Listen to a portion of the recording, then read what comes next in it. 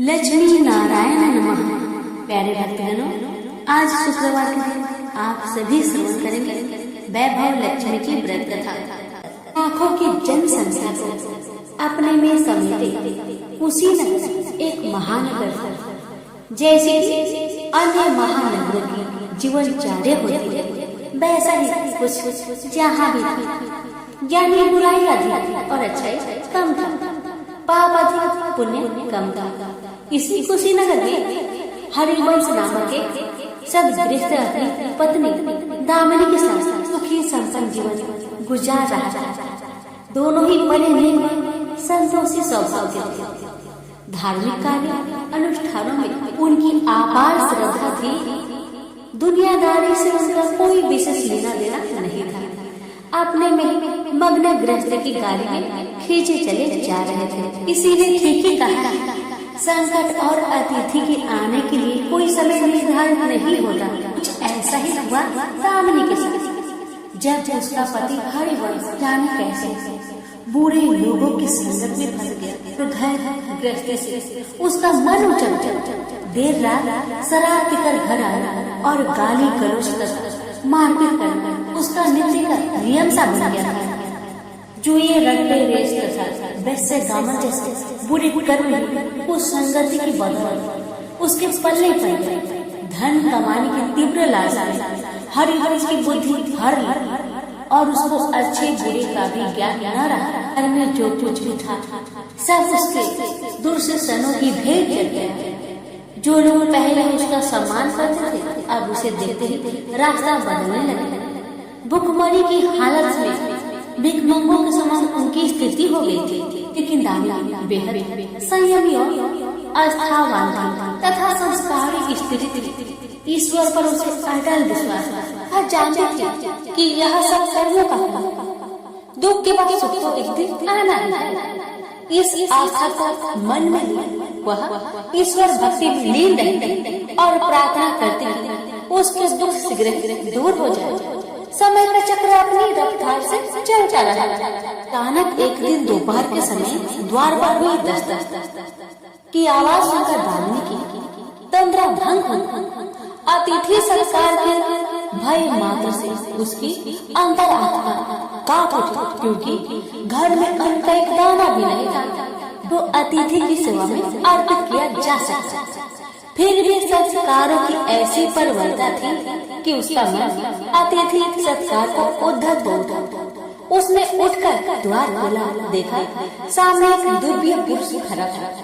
बड़े बड़े वाले श्वेत चेहरे को ढके हुए लहराता डाल गेरुए वस्त्र का अवतरण पहने उनके चेहरे से तेज टपक पड़ रहा था। आंखों मानो अमृत वर्षा कर रही थी। उस दिव्य पुरुष को देखकर दामिनी को अपार शांति का अनुभव हुआ और वह उसे देखते समझ गई कि आगर वास्तव में कोई पहुंचा हुआ सिद्ध महात्मा है। उनके मन में अतिथि के प्रति गहरी श्रद्धा के भाव उमड़ पड़े और वह उसे सम्मान से घर के भीतर ले आई। दामिनी ने जब उसे फटे हुए आसन पर बैठाया तो वह मारे लज्जा की जमीन पे गर से गई। उधर वह पुरुष दामिनी की ओर एकटक निहारे जा रहे थे। घर में जो कुछ बचा खुचा था दामिनी ने अतिथि सेवा में अर्पित कर दिया, पर उसने इस पर कोई ध्यान नहीं दिया। वह तो बस दामिनी को यूं यूं निहारे जा रहे थे, मानो उसे कुछ याद दिलाने की चेष्टा कर रहे थे। जब काफी देर तक दामिनी कुछ न बोली, उन्होंने कहा, बेटी मुझे पहचाना नहीं क्या? उसका यह प्रश्न सुनकर दामिनी जैसे सोते से जागी और अंत सकुचाते मृदुल स्वर में बोली, महाराज मेरी धृष्टा को क्षमा कर। तो आप जैसे दिव्य पुरुष को मैं पहचान कर नहीं पहचान पा रही हूँ। पारिवारिक कष्टों ने तो जैसे कि मेरी सोचने समझने की शक्ति छीन लिया है, लेकिन यह निश्चित है इस संकट के इस घड़ी में मुझे आप जैसे साधु पुरुष की सहारा है। तभी जैसे दामिनी को कुछ याद आया, वह उस साधु के चरणों में गिरकर बोल उठी, अब मैं आपको पहचान गई हूँ महाराज। स्नेहा रूपी अमृत की वर्षा करने वाले अपने शुभ चिंतन को कोई कैसे भूल सकता है भला? पास्टर ने वह साधु मंदिर की राह के मध्य में बनी अपनी कुटिया के बाहर बट वृक्ष के नीचे बैठ साधना किया करते थे और मंदिर आने जाने वालों सभी श्रद्धालुओं से प्रणाम करके स्वयं को कृतार्थ अनुभव करते थे। दामिनी भी उनमें से एक थी। जब पिछले काफी दिनों से उसने उसे मंदिर की ओर आते जाते नहीं देखा तो उसकी कुशल क्षेम जानने के लिए पूछताछ करते हुए उसके घर की ओर आ निकले। मैंने अभी अपनी सोच में ही डूबी हुई थी कि साधु महाराज ने मौन भंग किया। क्या कारण है पुत्री, तू आजकल मंदिर आती जाती दिखाई नहीं पड़ती? मुझे क्या कष्ट है बता, शायद मैं तेरी कुछ सहायता कर सकूं। व्यक्ति के दुखों के बोझ तले दबा हो तो ऐसे में सहानुभूति के दो काफी बोल काफी होते हैं। दामिनी भी खुद पर संयम नहीं रखी और बिखर कर रोने लगी। तभी वह साधु वत्सल पूर्वक स्वर में बोले, मन छोटा करने की समस्या हल नहीं होती। सुख दुख तो एक गाड़ी के दो पहियों के समान है। इनका आना जाना तो जिंदगी भर लगा ही रहता है। अपना दुख किसी को बता देने से मन हल्का हो जाता है। कुछ देर चुप रहने के बाद दामिनी ने बोलना शुरू किया। महाराज, सर्व सुखों से भरपूर था मेरा घर। कण कण में खुशियों का नृत्य होता था। पति भी नेक और ईमानदार था। सदा जीवन उच्च विचार की आधारशिला पर टिकी हुई थी। हमारी गृहस्थी रुपए पैसे की कोई कमी नहीं थी। सुबह शाम घर में ईश्वर वंदना होती थी। लेकिन अचानक न जाने किसकी नजर लगी, हमारा भाग्य हमसे उठ सा गया। मेरे पति कुसंगति में फंसकर अपना सब कुछ गवा बैठे। अब तो ऐसा लगता है जैसे साथ छोड़कर जाने को तैयार बैठा है। भिखारियों से भी बदतर स्थिति हो गई है हमारी। दामिनी की करुण व्यथा सुनकर साधु का हृदय हाहाकार कर उठा।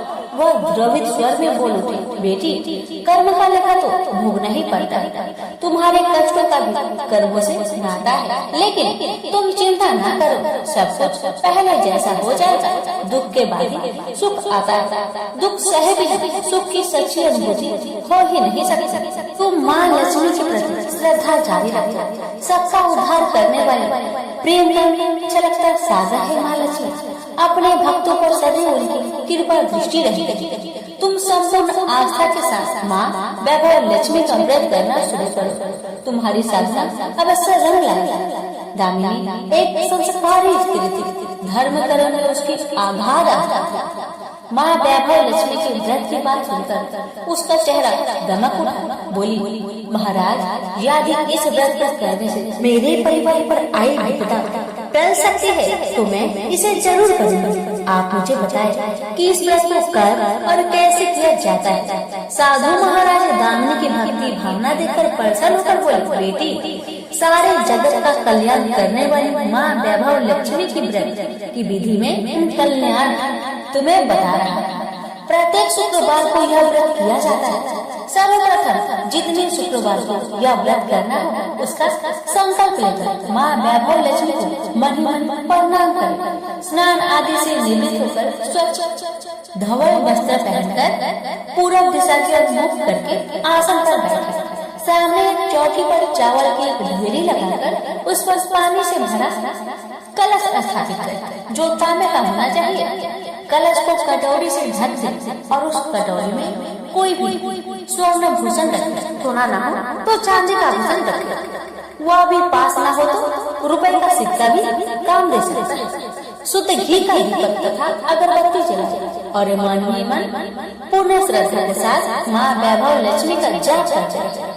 श्री यंत्र माँ लक्ष्मी का प्रिय यंत्र है, उसे सत नमन करें। फिर यंत्र उपलब्ध न हो तो पुस्तक में दिए गए उसके स्वरूप से काम चल जाए। साथ ही माँ वैभव लक्ष्मी के सभी स्वरूप को नमस्कार करें। कटोरी में रखे गहने या रुपए पर हल्दी, कुमकुम तथा अक्षत अर्पित करें। कोई भी मिष्ठान प्रसाद रूप में रखें। संभव न हो पाए तो गुड़िया शक्कर से भी काम चला सकते हैं। फिर श्रद्धा पूर्वक माँ की आरती करें। 14 बार प्रेम सहित बोले, जय माँ वैभव लक्ष्मी। माँ वैभव लक्ष्मी तेरी मनोकामना पूरी करे, ऐसा संकल्प लेकर सच्चे मन से माँ से विनती करे, प्रसाद बांटे और स्वयं भी ग्रहण करे। दिन में एक वक्त स्वास्थ्य भोजन करे, यदि संभव हो तो उपवास रखे। पूजा में रखा गहना या रुपया लाल कपड़े में लपेट कर सुरक्षित रखे, या आगे आने वाले शुक्रवार को पूजा में काम आएगा। कलश में भरा जल तुलसी के पौधे को समर्पित करे तथा अच्छा पंछियों को आहार स्वरूप डाले। ऐसी शास्त्रोक्त विधि से व्रत करने वालों को शीघ्र फल मिलता है। साधु महाराज के मुख रविंद्र से यह वृत्तांत सुनकर दामिनी पुलकित हो गई। उनके चरण स्पर्श कर उत्साहित स्वर में बोली, अब लगे हाथ उद्धापन की विधि भी बता दे महाराज, इसके बिना तो अधूरा ही रह जाएगा। अवश्य बेटी कहकर साधु महाराज उद्धापन का विधि बताने लगे। चाहे जितने भी शुक्रवार प्राय 11 या 21 करने का संकल्प लिया हो, लेकिन मन में माँ वैभव लक्ष्मी के प्रति श्रद्धा तथा आस्था बराबर बनी रहनी चाहिए। जिस दिन अंतिम शुक्रवार का व्रत हो, उस दिन शास्त्रोक्त विधि से उद्यापन किया जाता है।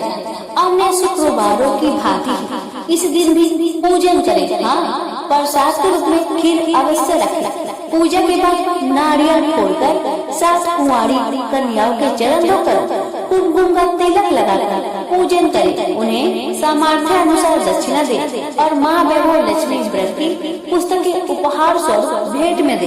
फिर प्रसाद के रूप में खीर वितरित करें। अब माँ वैभव लक्ष्मी के सभी स्वरूप को मन ही मन नमन करते हुए कहे, हे माँ, यदि मैंने शुद्ध तथा निर्मल हृदय से आपकी स्तुति करते हुए वैभव लक्ष्मी व्रत विधान अनुसार पूर्ण किया हो, तो मेरी मनोकामना सही पूर्ण करना। संतानहीनों को संतान देने वाली, दुखियों को दुख हरने वाली, अखंड सौभाग्य का वरदान देने वाली, कुंवारी कन्याओं को मन चाहा वर दिलाने वाली माँ वैभव लक्ष्मी, आपकी महिमा अपरंपार। अपने हर भक्त की विपत्तियां हरकर उन्हें सुख समृद्धि प्रदान करना। साधु महाराज से वैभव लक्ष्मी व्रत का शास्त्रोक्त ज्ञान प्राप्त करके दामिनी भाव विभोर हो उठी। उसे अपने भीतर एक अनोखे तथा अस्मित आत्मबल का संचार होता महसूस हुआ। उसने भी माँ वैभव लक्ष्मी के 21 व्रत आते शुक्रवार से शुरू करने का संकल्प लेकर साधु महाराज को आदर से विदा किया और मन ही मन माँ वैभव लक्ष्मी का स्तुति गान करने लगे। 2 दिन बाद ही शुक्रवार आ गया। उससे पहली रात दुखों की मारी दामिनी ठीक से सो भी नहीं सकी। माँ वैभव लक्ष्मी की व्रत करने से उसकी समस्याओं का अंत हो जाएगा, यह सोचकर वह मुख अंधेरे उठ बैठे। स्नान आदि कर स्वच्छ वस्त्र धारण किए। आसन पर पूर्व दिशा की ओर मुख करके दामिनी ने अपने सम्मुख रखी चौकी पर चावल की छोटी सी ढेरी बनाकर उस पर तांबे का कलश रखा। लेकिन जब स्वर्ण भूषण रखने की बात आई तो धर्म संकट में पड़ गए। सारे गहने पति के दुर्सनों की भेंट चढ़ चुके थे। विवाहित स्त्री थी तो मंगलसूत्र भी उतार कर नहीं रख सकती थी और कोई गहना था ही नहीं। तभी उसे उस नन्ही पायलों का स्मरण आया जो उसने अपने आने वाली संतान के लिए बनवा कर रखे थे और अपने पति की निगाहों से भी बचा कर रखे थे। उसने झटपट वह पायल निकाली और गंगा जल से धोकर उसे शुद्ध करके कलश पर रखा। कटोरी में डाल दिया। डिब्बे के तले से बची कुची शक्कर निकालकर उसे प्रसाद के रूप में रखा और विधि अनुसार व्रत किया। सर्वप्रथम उसने अपने पति को प्रसाद दिया। आने वाला पूरा सप्ताह बड़ी ही हंसी खुशी से बीता। बात बात पर झल्ला उठने वाला उसका पति अपेक्षाकृत शांत तथा संयम रहा। कोई मारपीट तथा कलेश घर में नहीं हुआ। इसे दामिनी माँ वैभव लक्ष्मी का चमत्कार समझा और मन ही मन उन्हें प्रणाम किया। वैभव लक्ष्मी के प्रति उसकी आस्था और भी बलवती हो गई। प्रकार स्त्रोक्त विधि से दामिनी 20 शुक्रवार के व्रत पूरे कर लिए। इस बीच कई परिवर्तन हुए थे। उसका पति कुसंगति छोड़कर सीधे राह पर आ गया और उसका कामकाज भी जमने लगा था। घर में यादें किसी चीज की बहुतायत नहीं थी तो कमी भी नहीं रह रही थी। यह सब माँ वैभव लक्ष्मी के चमत्कार और दामिनी की आस्था का विश्वास का परिणाम था। 21वें शुक्रवार को व्रत का उद्यापन करना था। साधु महाराज के वचन अब भी मानो दामिनी के कानों में गूंज रहे थे। उनकी बताई विधि के अनुसार ही दामिनी ने शास्त्रोक्त विधि से उद्यापन किया। 7 कुंवारी कन्याओं को भोजन कराकर दक्षिणा दी। आसपास की सौभाग्यवती स्त्रियों में प्रसाद तथा वैभव लक्ष्मी व्रत कथा की पुस्तकें वितरित की। माँ वैभव लक्ष्मी के हर स्वरूप प्रणाम किया और कहा, आपकी महिमा निराली है माँ, आपने मेरे सारे दुख हर लिए, मेरी सभी मनोकामनाएं पूर्ण कर दी माँ। मेरा उजरा घर फिर से बस गया, मेरा यह नया जीवन आप ही की देन है माँ। मैं आजीवन आपकी पूजा अर्चना करूंगी और दूसरों को भी आपकी महिमा से अवगत कराकर वैभव लक्ष्मी व्रत रखने के लिए प्रेरित करूंगी। तो बोलिए प्रेम से जय माँ वैभव लक्ष्मी की जय, आपकी सदा ही जय हो। संतोषी माता के व्रत करने वाला कथा कहते वह सुनते समय हाथ में गुड़ व भुने चने रखे। सुनने वाली संतोषी माता की जय, संतोषी माता की जय, इस प्रकार जय जयकार मुख से बोलते जाए। कथा समाप्त होने पर हाथ का दूध चना गौ माता को खिलाए। कलश में रखा हुआ गुड़ चना सबको प्रसाद रूप में बांटे। कथा से पहले कलश को जल से भरे, उसके ऊपर गुड़ चने से भरा कटोरा रखे। कथा समाप्त होने और आरती होने के बाद कलश के जल को घर में सब जगह पर छीन के और बचा हुआ जल तुलसी की क्यारी में डाल। 1.25 रुपए का गुड़ चना लेकर माता का व्रत करे। गुड़ घर में हो तो ले ले, विचार न कर, क्योंकि माता भावना की भूखी है। कम ज्यादा का कोई विचार नहीं चाहिए। जितना भी आपसे बन पड़े अर्पण करे। श्रद्धा और प्रेम से प्रसन्न मन व्रत करना चाहिए। व्रत के उद्यापन में 2.5 से खाजा, मोमन, दाल, पूरी, खीर, चने का साग न्यौवत रखे। घी का दीपक जला संतोषी माता की जय जयकार बोले। नारियल फोड़े। इस दिन घर में कोई खटाई न खाए और न किसी को खाने को दे। इस दिन 8 लड़कों को भोजन कराए। देवर जेठ के लड़के मिलते हो तो दूसरों को न बुलाए। कुटुंब में न मिले तो ब्राह्मण के रिश्तेदारों के या फिर पड़ोसियों के लड़के को बुलाए। उन्हें खटाई की कोई वस्तु न दे तथा भोजन कराकर यथाशक्ति दक्षिणा दे। नगद पैसे न दे, कोई वस्तु दक्षिणा में दे। व्रत करने वाला कथा सुन प्रसाद एक समय भोजन करे। इस तरह से माता प्रसन्न होगी और दुख दरिद्रता दूर होकर मनोकामना पूरी होगी। प्रेम से बोलिए लक्ष्मी माता की जय। लक्ष्मी माता की कहानी। एक गांव में एक साहूकार रहता था। साहूकार के एक बेटी थी। वह हर रोज पीपल सींचने जाती थी। पीपल के वृक्ष में से लक्ष्मी जी प्रकट होती थी और चली जाती। एक दिन लक्ष्मी जी ने साहूकार की बेटी से कहा, तू मेरी सहेली बन जा। तब लड़की ने कहा कि मैं अपने पिता से पूछकर कल आऊंगी। साहूकार की बेटी ने घर जाकर अपने पिता को सारी बात कह दी। तब उसके पिताजी बोले, वह तो लक्ष्मी जी है, अपने को और क्या चाहिए, तू लक्ष्मी जी की सहेली बन जा। दूसरे दिन वह लड़की फिर गई। तब लक्ष्मी जी पीपल के पेड़ से निकलकर आई और कहा, सहेली बन जा। तो लड़की ने कहा, बन जाऊंगी, और दोनों सहेली बन गई। लक्ष्मी जी ने उसको खाने का न्योता दिया। घर आकर लड़की ने माँ बाप को कहा कि मेरी सहेली ने मुझे खाने का न्योता दिया है। तब बाप ने कहा कि सहेली के जिम्मे जाइयो, पर घर को संभाल कर जाना। तब वह लक्ष्मी जी के यहाँ जिम्मे गई तो लक्ष्मी जी ने उसे साल 2 साल ओढ़ने के लिए दिया। रुपए दिए, सोने की चौकी, सोने की थाली में 36 प्रकार का भोजन करा दिया। जिम कर जब वह जाने लगी तो लक्ष्मी जी ने पल्ला पकड़ लिया और कहा कि मैं भी तेरे घर जिमने आऊंगी। तो उसने कहा, आ जाइयो। वह घर आकर चुपचाप बैठ गई। तब बाप ने पूछा कि बेटी, सहेली के यहाँ जिम करा गई और तू उदास क्यों बैठी है? तो उसने कहा, पिताजी, मेरे को लक्ष्मी जी ने इतना दिया, अनेक प्रकार के भोजन कराए, परंतु मैं कैसे जिमाऊंगी? अपने घर में तो कुछ भी नहीं है। तब उसके पिता ने कहा कि गोबर मिट्टी से चौका लगाकर घर की सफाई कर ले। 4 मुख वाला दिया जलाकर लक्ष्मी जी का नाम लेकर रसोई में बैठ जाना। लड़की सफाई करके लड्डू लेकर बैठ गई। उसी समय एक रानी नहा रही थी। उसका नौलखा हार चील उठाकर ले गई और उसके घर वह नौलखा हार डाल गई और उसका लड्डू ले गई। बाद में वह हार को तोड़कर बाजार में गई और सामान लाने लगी तो सुनार ने पूछा कि क्या चाहिए। तब उसने कहा कि सोने की चौकी, सोने का थाल, साल दुसाला दे, मोहर दे और सामग्री दे। 36 प्रकार का भोजन हो जाए इतना सामान दे। सारी चीजें लेकर बहुत तैयारी करी और रसोई बनाई। तब गणेश जी से कहा कि लक्ष्मी जी को बुलाओ। आगे आगे गणेश जी और पीछे पीछे लक्ष्मी जी आई। उसने फिर चौकी डाल दी और कहा, सहेली चौकी पर बैठ जा। जब लक्ष्मी जी ने कहा, सहेली चौकी पर तो राजा रानी की भी नहीं बैठी, किसी के भी नहीं बैठी, तो उसने कहा कि मेरे यहाँ तो बैठना पड़ेगा। फिर लक्ष्मी जी चौकी पर बैठ गई। तब उसने बहुत खातिर की, जैसे लक्ष्मी ने करी थी वैसे ही उसने करी।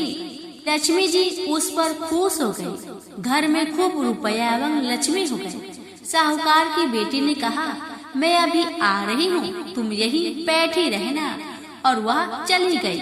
लक्ष्मी जी गई नहीं और चौकी पर बैठी रही। उसको बहुत दौलत दी। हे लक्ष्मी जी, जैसा तुमने साहूकार की बेटी को दिया वैसा सबको देना। कहानी सुनते हुकारा भरते अपने सारे परिवार को दियो। पीहर में देना, ससुराल में देना, बेटे पोते को देना। हे लक्ष्मी माता, सबका कष्ट दूर करना, दरिद्रता दूर करना, सबकी मनोकामना पूर्ण करना। प्रेम से बोलिए लक्ष्मी माता की जय। गणेश महाराज की जय। लक्ष्मी माता की 40। मातु लक्ष्मी करे कृपा करो हृदय में वास। मनोकामना सिद्ध करे पूर्वहु मेरी आस। सिंधु सुता विष्णु प्रिय नत सिर बारंबार। रिद्धि सिद्धि मंगल प्रद नत सिर बारंबार। रिद्धि सिद्धि मंगल प्रद नत सिर बारंबार। जही मोर अरदास हाथ जोड़ विनती करो। सब विधि करो सुवास। जय जननी जगदम्बिका। सिंधु सुता में सुमिरो तो ही। ज्ञान बुद्धि विद्या दो मोहि। तुम समान नहीं कोई उपकारी। सब विधि पूर्वहु आस हमारी। जय जय जगत जननी जगदम्बा। सबके तुम ही हो स्वलंबा। तुम ही हो घट घट के वासी। बिनती यही हमारी खासी। जग जननी जय सिंधु कुमारी। दीनन की तुम हो हितकारी।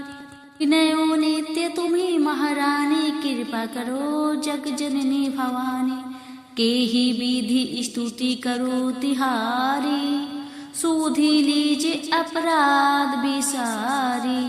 कृपा दृष्टि चितबो मम ओरी। जगत जननी बिनती सुन मोरी।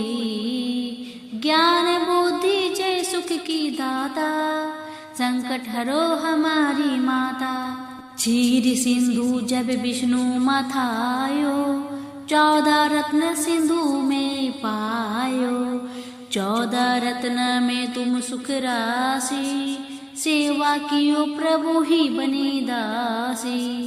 जब जब जन्मे जहाँ प्रभु लीला। रूप बदल कर तह सेवा किन्हा।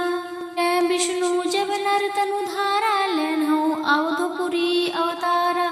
तब तुम परकट जनकपुरी माही। सेवा कियो हृदय पुलकाही।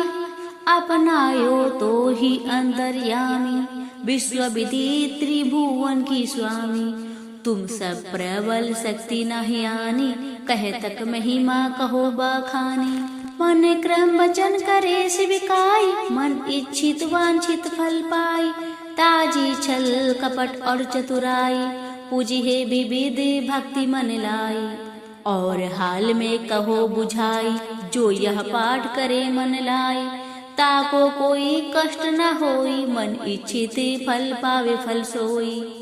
त्राहि त्राहि जय दुख निवारणी, विविध ताप भव बंधन हारिणी। जो यह चालीसा पढ़े और पढ़ावे, इसी ध्यान लगा कर सुने सुनावे। ताको कोई न रोग सतावे, पुत्र आदि धन संपत्ति पावे। पुत्रहीन और संपत्तिहीन, अंधा बधिर कोढ़ी अति दीना। विप्र बुलाए के पाठ करावे, संख्या दिन में कभी न लावे। पाठ करावे दीन चालीसा, ता पर कृपा करे गौरीसा। सुख संपत्ति बहुत सी पावे, कमी नहीं काहू की आवे। 12 मास करे जो पूजा, ते ही समय धाने और नाही दूजा। प्रतिदिन पाठ करे मन माही, उन सम कोई जग में नाही। बहु विधि क्या मैं करूँ बराई, ले परीक्षा ध्यान लगाई। करे विश्वास करे व्रत नेमा, होए सीधी उपजे और प्रेम। जय जय जय लक्ष्मी महारानी, सब में व्यापित जो गुण खानी। तुमरो तेज प्रबल जग माही, तुम सबको दयाल कहु नाही। मोहि अनाथ की सुधि जब लीजे, संकट काटी भक्ति मोहि दीजे। भूल चुक करी क्षमा हमारी, दर्शन दीजे दशा निहारी। बिने दर्शन व्याकुल अधिकारी, तुम ही अछत दुख सहते भारी। नाही मोहि ज्ञान बुद्धि है तन में, सब जानत हो आपने मन में। रूप चतुर्भुज करके धारण, कष्ट मोर अब करहु निवारण। कही प्रकार में करो बराई, ज्ञान बुद्धि मोहि नहीं अधिकारी। रामदास अब कहाई पुकारी, करो दूर तुम विपत्ति हमारी। त्राहि त्राहि दुख हरने, करो बेगी सब त्रास। जयति जयति जय लक्ष्मी, करो शत्रुन का नाश। रामदास धरी ध्यान नित्य विनय करत कर जोर। मातु लक्ष्मी दास पर करहु दया की कोरे। प्रेम से बोलिए लक्ष्मी माता की जय। अब श्रवण करें लक्ष्मी जी की आरती। ओम जय लक्ष्मी माता मैया, जय लक्ष्मी माता। तुमको निश दिन सेवत हरि विष्णु विधाता। ओम जय लक्ष्मी माता। उमा रमा ब्रह्मानी, तुम ही जग की माता। सूर्य चंद्रमा ध्यावत, नारद ऋषि गाता। ओम जय लक्ष्मी माता। दुर्गा रूप निरंजनी, सुख संपत्ति दाता। जो कोई तुमको ध्यावत, रिद्धि सिद्धि धन पाता। ओम जय लक्ष्मी माता। तुम पाताल निवासनी, तुम ही सुखदाता। कर में प्रभाव प्रकाशनी, भवनिधि की त्राता। ओम जय लक्ष्मी माता।